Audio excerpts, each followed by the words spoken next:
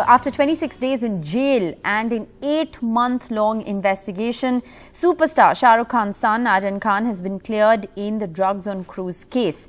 The NCB, which had alleged that Aryan Khan was suspected to be part of an international drug cartel, didn't name him in the 6,000-page charge sheet that was filed today. Sources now say that action is also likely against Sameer Wankhede, the officer in charge of the investigation for quote-unquote a shoddy probe.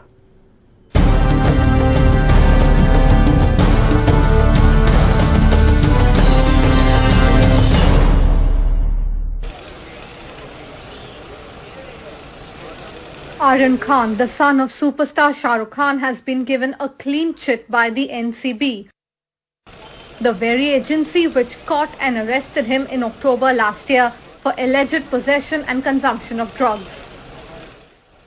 Without showing any proof and merely citing some WhatsApp messages, the Mumbai branch of the anti-drugs agency claimed that Aryan Khan was involved in an international drug cartel. Now the case has been dropped due to lack of sufficient evidence. No possession, and there was no corroborative evidence which could link for another recovery also. So on the basis of that, so it is a subsequent revelation or subsequent point of investigation, and we have stuck to whatever we could find on ground. Aryan spent 26 days in jail before being bailed by the High Court. His lawyer told NDTV that Shah Rukh Khan was relieved and the NCB had admitted its mistake. I am very relieved, and so must my clients be, including Shah Rukh Khan, that ultimately the truth has prevailed. It was the NCB's reputation at stake, so we took over the case, we did a professional investigation, and we have come to the conclusion we are open to all scrutiny. The case was controversial from the start. The SIT, which took over the probe from Sameer Wankhede's team, has found several lapses on the investigation. There was no videography of the search operation. There were lapses in the seizure of Aryan Khan's phone. There was nothing incriminatory in the WhatsApp chats that were found on his phone, and no medical tests were done to prove consumption of drugs. One witness who turned hostile told the special investigation team that he was made to sign blank papers. Two witnesses told the SIT that they weren't even present at the location. All the accused clubbed together and faced the same charges, even though no drugs were found on Aryan Khan. The investigation was taken away from Sameer Wankhede and the Mumbai branch of the NCB, and an official sent from its headquarters to take over the controversial case. The agency chief says that appropriate action may be taken depending on the inquiries against the officer. We have launched an inquiry into the vigilance allegations, and the present SIT also has come up with some of the gap areas which were in the initial investigation. So on the basis of both these, appropriate action will be taken. After the investigation of the NCB SIT, it has been clear that there were several flaws in the case registered by NCB Mumbai. Sameer Wankhede and his team are in question, and for which the investigation report of the NCB vigilance team is still awaited. With Arvind Gunasekar in Delhi and camera person Praveen Jirohit in Mumbai, Sohit Mishra, NDTV. And on to the other big story, where tracking 7 soldiers were killed when a vehicle carrying them skid off the road and rolled down into a gorge near Ashok River in Ladakh. The army said that the party of 26 soldiers was moving from the transit camp to a forward location in the subsector Hanif, when a vehicle carrying them skid off and fell 50 to 60 feet into the river. Other soldiers have also been injured, and they've been shifted to the command hospital in Panchkula.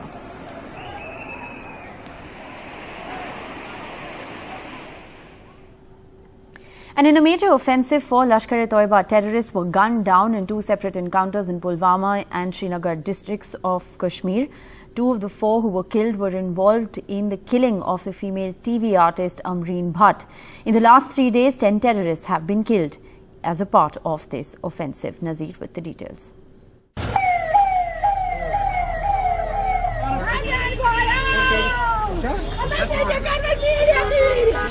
Back-to-back overnight encounters after a spate of targeted attacks in the valley. The police says justice has been delivered.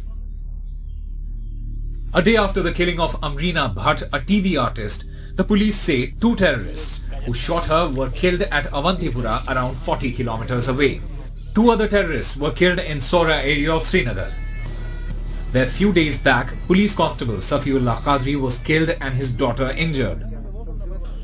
हम सब को याद है कि 2 दिन पहले एक TV actress को मारा था. हम लोग तभी से उसको ट्रैक कर रहे थे. उसमें से दोनों मारे गए हैं. लतीफ के डायरेक्शन पर दोनों ने किल किया था. तो जो हमारे लेट जो सिस्टर है आमरीन, उनको जस्टिस मिला है. But the police has not said anything about the motive behind Amreena's murder, who made dance and music videos. Her father Khazir Mohammed says if it was her work, she would have stopped doing it had terrorists asked them to do so. What's been particularly deadly is that children have been attacked. Safiullah Qadri's 7-year-old daughter and Amreena's 10-year-old nephew.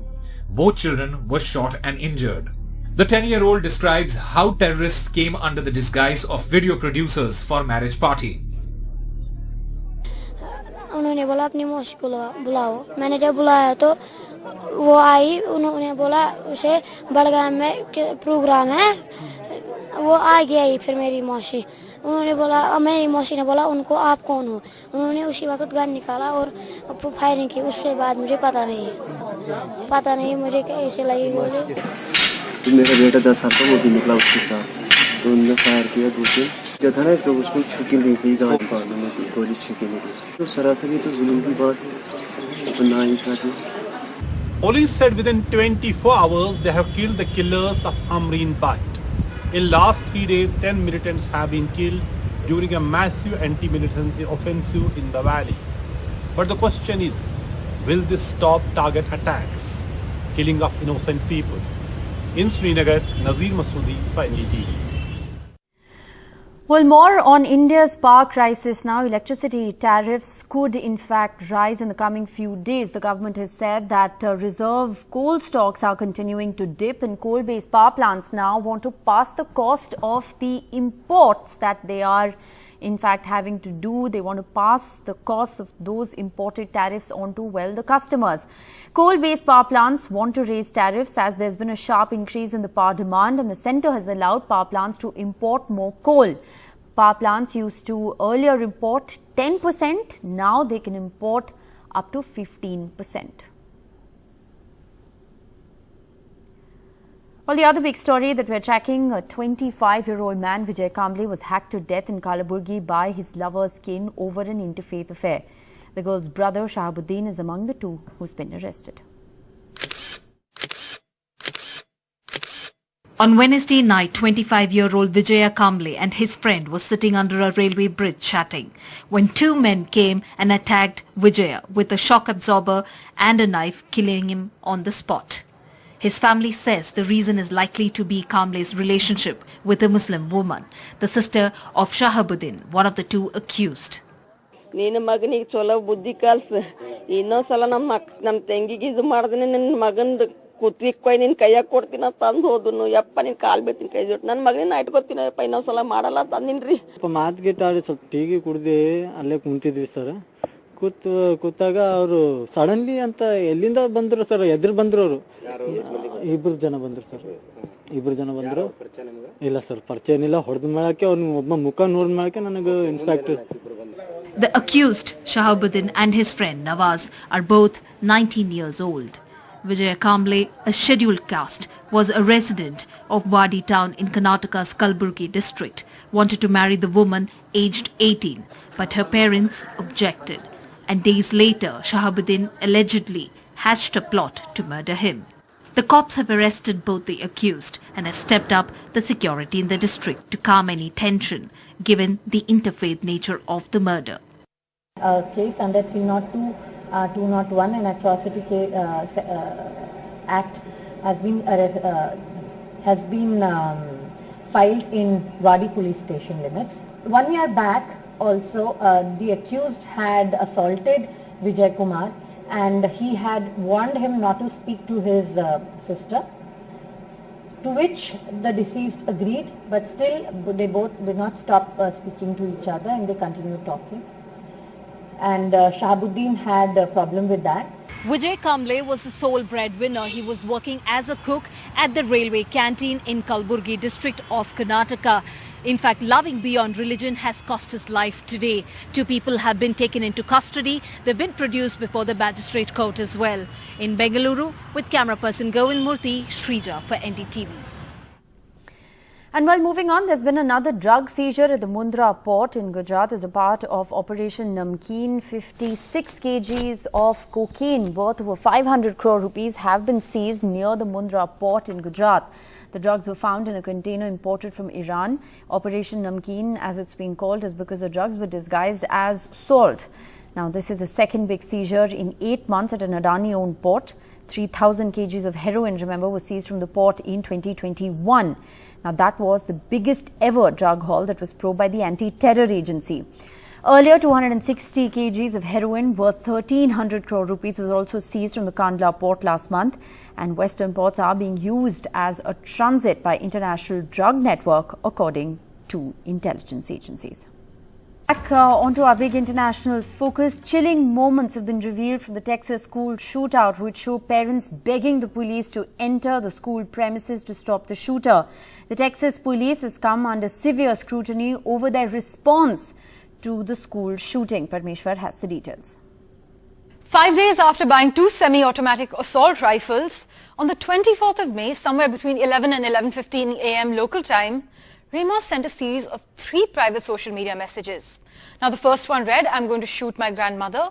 The next one read, "I shot my grandmother." His grandmother survived the attack with a gunshot wound to the face. And his last message read, "I'm going to shoot an elementary school." At 11:28 a.m., Ramos wrecks his truck near the school after fleeing from the house where he shot his grandmother.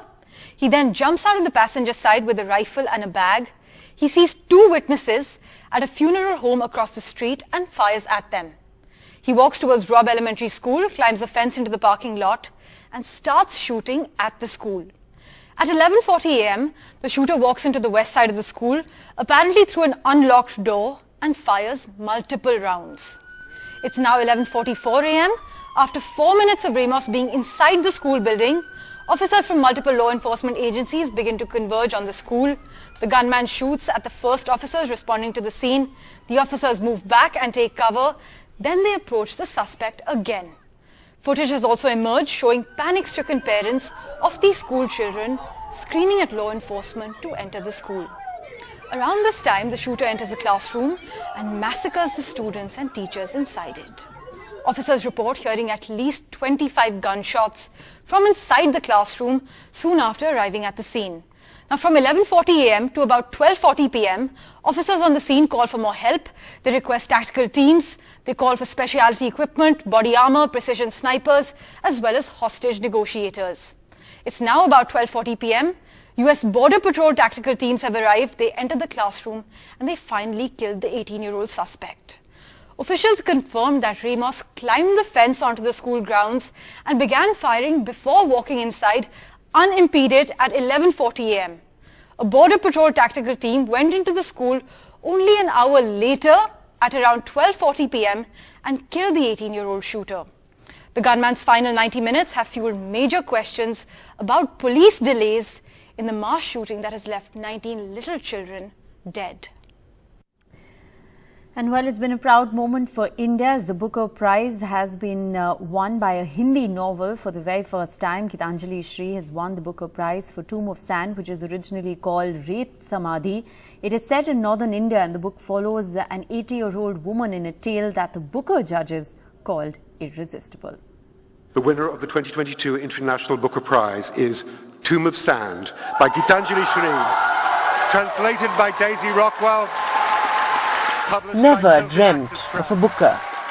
Amazed, honoured, humbled, says Gitanjali Shri, the first Indian author to win the International Booker Prize for her utterly original Hindi novel, Tomb of Sand. Dressed in her quintessential black silk kurta at the ceremony in London, she accepted the £50,000 prize with her translator Daisy Rockwell, who called it her most difficult piece of work. Ret Samadhi, Tomb of Sand, is an elegy for the world we inhabit, a laughing elegy that retains hope in the face of impending doom. The booker will surely take it to many more people than it would have reached otherwise. That should do the world no harm. Ever since the book got longlisted, much has been written about Hindi making it for the first time. It feels good to be the means of that happening.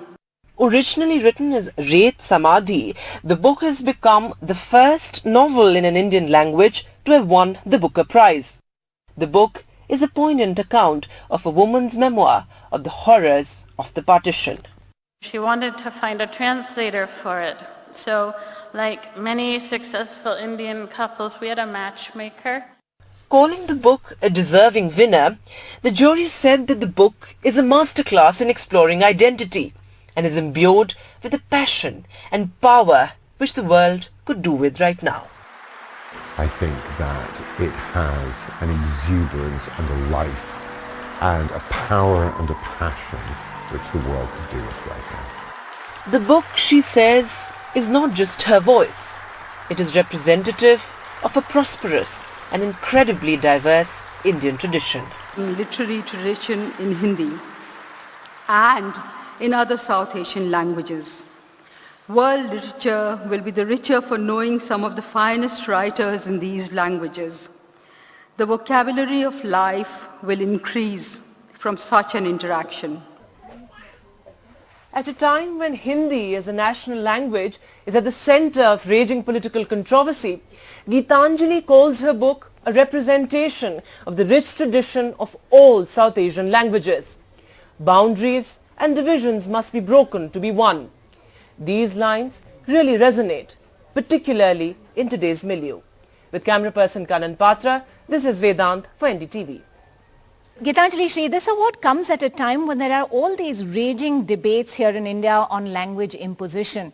You write in Hindi, but you've talked very movingly in your acceptance speech about the rich literary traditions of all South Asian languages. So how do you feel about the language debate? Well, I think a lot of it is politically created and completely unnecessary. We are a multilingual nation. And I think human beings are capable of learning more than one language. So I don't see what the problem is. I mean, we are a country with so many languages. Why can't all of us learn more than one language and live bilingually and multilingually, as indeed a lot of us, I think, did? Why is there today this need for one single language, whatever that be? So I do think that there has to be recognition of all the national languages and of the equality of languages and the richness of languages. And we should learn at least 2 languages, I feel. But that's a political debate. And well, there's a very interesting story that's coming in from Betul in Madhya Pradesh, where you can see, from brides riding horses and bullock carts to this bride who threw everyone a surprise by riding into her wedding in a tractor. Now, the graduate daughter of a farmer, Bharti, flanked by her 2 brothers, drove the well-decorated tractor into her own wedding venue.